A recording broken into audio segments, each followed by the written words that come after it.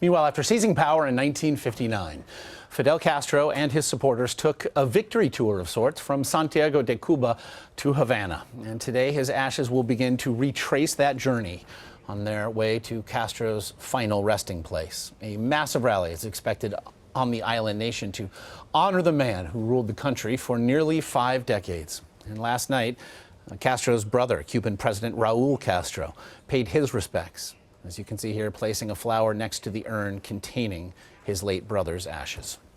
And CBS This Morning co-host Charlie Rose is in Havana's Revolution Square, where a memorial for Castro will be held tonight. And again, Charlie, thousands have been lined up there to honor their fallen leader. What is the mood on the ground there in Havana?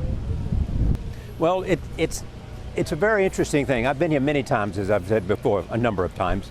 And there's always a sense of music, and there's a sense of people in the street and dancing and all those kinds of things. It's a very live city. It's more subdued. People are lining up, and they have been lining up. They're now prepared to go in to bid farewell to Fidel Castro. There inside, there's a photograph, and there's some medals and flowers, and they line up. They don't really seem to be speaking a lot. They take their cameras in. They photograph what is there. We don't know where the urn is. It's in a VIP room, we think, and they expect hundreds of thousands again today to pass by. This evening, there is a massive memorial service. It will be, the climactic day in an event in Havana.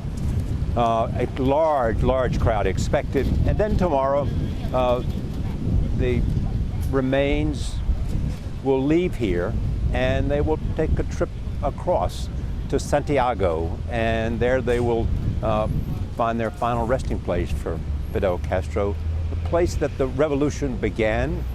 It is said that it was his favorite city, and he loved that city much more than Havana. So their mood is subdued, remembering. A lot of people here didn't know any other leader except the Castros.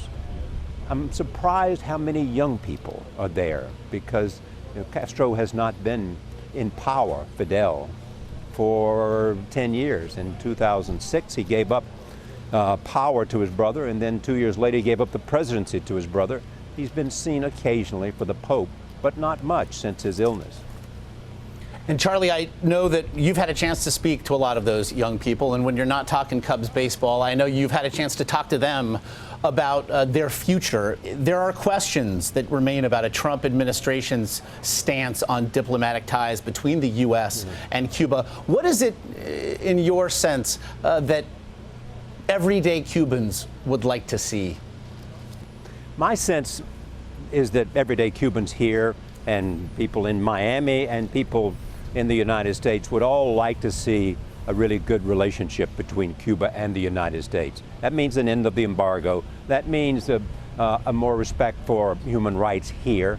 That means a sense of Cuba deciding its course in terms of some economic model. It means Cuba deciding where it wants to take its place in the community of nations.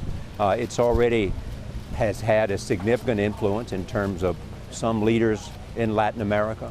Fidel's footprint was huge because he, in ruling a country of 11 million people, 6 million when he began, has now seen his own global profile for some 50 years. I mean, he had the ability to project himself to a global profile. And I think they have a sense of that. But a lot of people here didn't know Cuba before Fidel. He was the only leader that they knew. And then they know his brother, who's less of a commanding figure in terms of his personality, its charisma. So I think there's a sense up here of honoring that and hopeful about the future. Hopeful that they know America, and they know American baseball, they know American music, they know American films, they know American fashion. So there's a sense that there's a culture that knows America, and they know, that this is a time of change in America as well as here. They know little about what Trump might be and might do. They get conflicting signals, if at all. Well, that future does await after a final goodbye said in Havana tonight. I know, Charlie, you'll be there for it. Our Charlie Rose there in Havana. As always, your insight is very much appreciated. Thanks, Josh.